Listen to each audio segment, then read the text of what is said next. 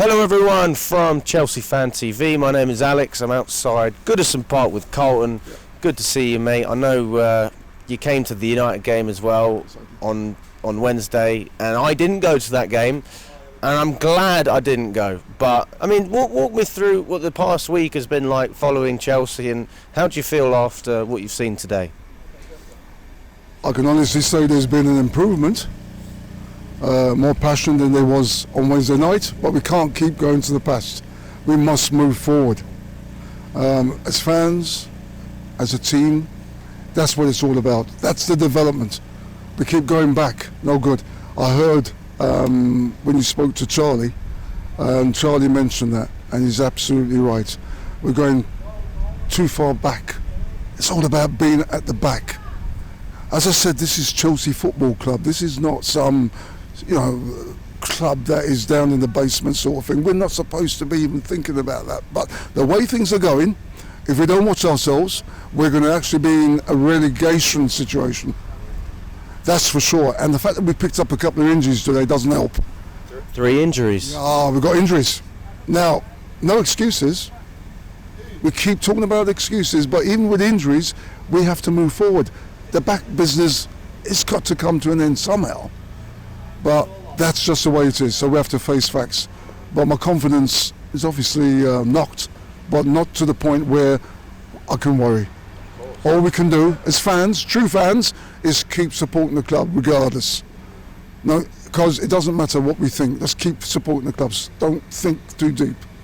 Do you think that calling the club out, whether that be booing players after a bad performance, or even criticising them on here, which some people do you think that's a good way of actually dealing with this? Because the reason people do it is because they think they'll get a reaction from the club, maybe get the manager sacked or something like that. Yeah.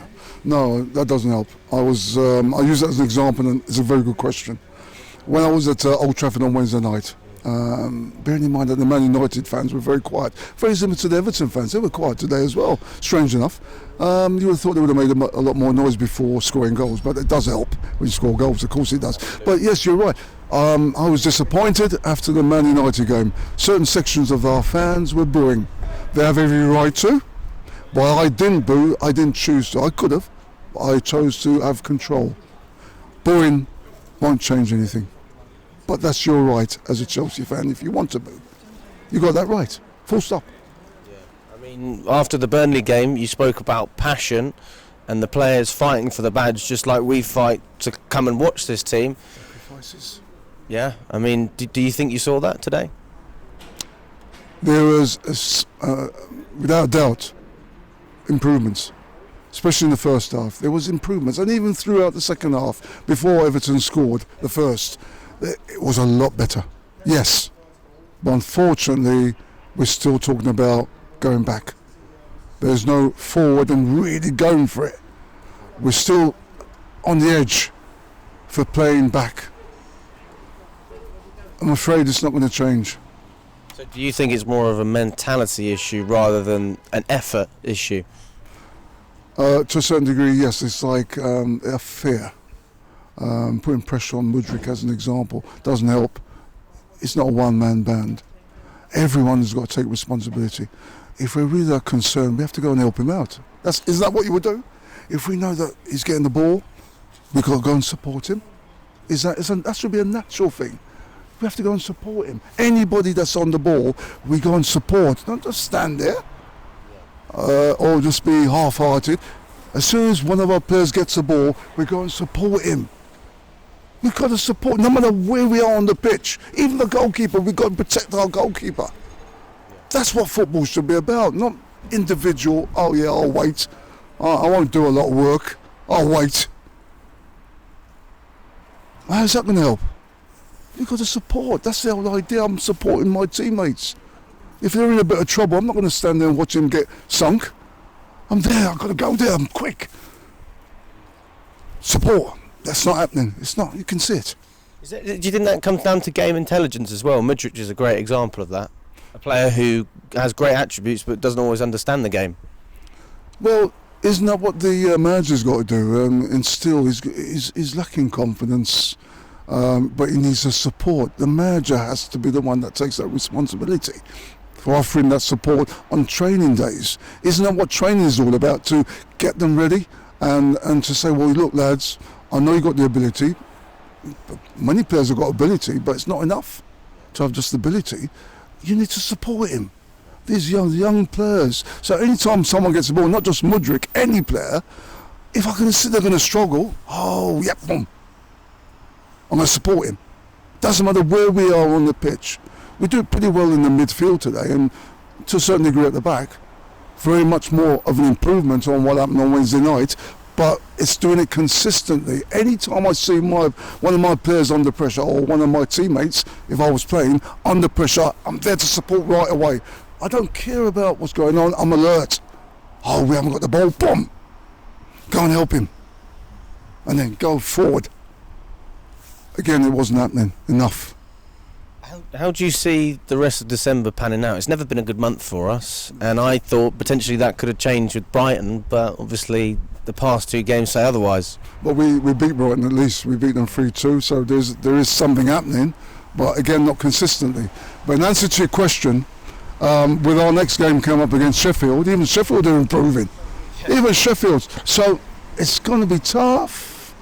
Against Sheffield, no predictions, tough. Then we've got Wolves, which is nearer to home. That's not going to be easy because they're playing really well, Wolves, at Molyneux especially. So that's not going to be. And then we've got Luton, even they're playing well. Yeah, Man City had to come back very late. To win 2-1. So it's not going to get any easier. I'm sorry, but it's reality time. What should an expectation be for Chelsea fans for the rest of the season? That word comes to mind, survival. That's how bad it is. It's survival time. I've got to say it as it is. And I hate saying the sort of same things over and over again when questions have been asked, but it's got to be about honesty. Honesty. And those players, on their way back to London, are going to look themselves in the mirror. The coaching staff, everyone at the club have to look in the mirror, and the fans also. Well, because the fans have a great passion, and I understand their frustrations, but they also have to look in the mirror and face the music. There's a lot of music going on at Chelsea. Yeah, a lot of bad music. It's time for those, who. And I'm glad you mentioned that music thing. It's time to change the record. The record needs changing. ASAP. I don't care who plays in the next game at against Sheffield United at Stamford Bridge. I don't care who plays. It doesn't matter who plays. They've got work to do. Do you think Pochettino's the man to lead us forward? Do you still have confidence in him? I mean, I think that he deserves time, but how much? No, well, that's a very good question. Again, how long is a piece of string? Because what we've got to look into, we can go and say, sack managers. We've sacked a lot of managers. That's nothing new for Chelsea Football Club. We could sack him tomorrow. It's not going to change anything. Think about it. Who are we going to get in? Tuchel. So that's what people have said. That's what people have said. No, that's what people have said.